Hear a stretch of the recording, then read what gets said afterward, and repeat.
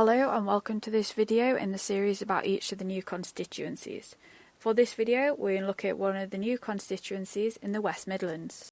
In this short video we will look at the details on the new constituency, how this new one is formed, the previous results, the 2019 results, current candidates, and make predictions with different levels of how bad of a day it might be for the Conservatives. Please comment below for anything you'd like to see and subscribe to our channel to see new updates that we'll do and discussion videos as the election gets closer. There are lots of changes with boundaries in the next election, so we're going to give a quick overview of how the boundaries are changing and how it's going to affect each seat. Only 65 seats, or 10% of the seats, are staying the same, so here we're going to compare how the new seat compares to the main one that is replacing. There are some huge changes, such as the City of Chester, which now has 2 seats, but some seats are being completely dissolved, with populations moved to neighbouring seats. So why are the boundaries changing? Every so often there are boundary changes to represent the current population movements. Some of them are based on land without any population, and some of them are just because of population, for example new housing estates. 2021 was the census year, which has helped inform these changes. The last major change in the boundaries was 2010. Now let's look at some of the details about the constituency. There are 8 regions in England, with Scotland, Wales and Northern Ireland on a country basis.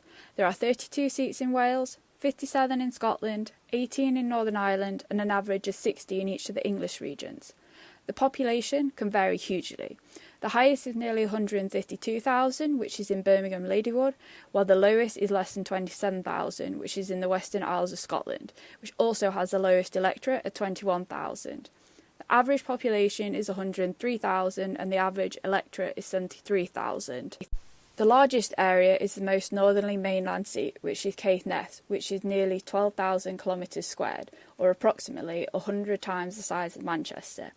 The average is 380, while the smallest is only 6.8. The average percentage of the 16 to 49-year-olds is 41%, with the highest in Leeds Central and the lowest in North Norfolk, which also has the highest 65+. The average 65+ is 38%, with the minimum at 15%, which is in the area around Canary Wharf. Density averages nearly 1,400, with the highest in Bethnal Green and the lowest in Caithness. This constituency has a boundary change. This constituency is affected by a boundary change. Because of this, we now have populations from multiple old seats. These percentages are based on population, not land. When we're looking at the winner in 2019, it's a bit more relevant to the seats that are now made up from multiple old seats. Nevertheless, this is the result from 2019, with the winner and whether the seat was held or it changed. Here are the winning party and those that came second, and also the majority. The size of the majority is key when considering how this seat might change. Maybe not so much when there's a big Labour majority or Lib Dems, but for pretty much any Conservative seat that's possibly not considered safe, bar a very extreme few. The same for the SNP. Some of these are really up for grabs, particularly for Labour and the Lib Dems. Here we see the vote share at the last 4 elections for the 5 main parties in England: the Conservatives, Labour, Lib Dem, Green and a combination of Brexit or UKIP. The Brexit-UKIP vote was distorted in some constituencies in 2019 because if they were held by the Conservatives in 2017, they didn't stand against them.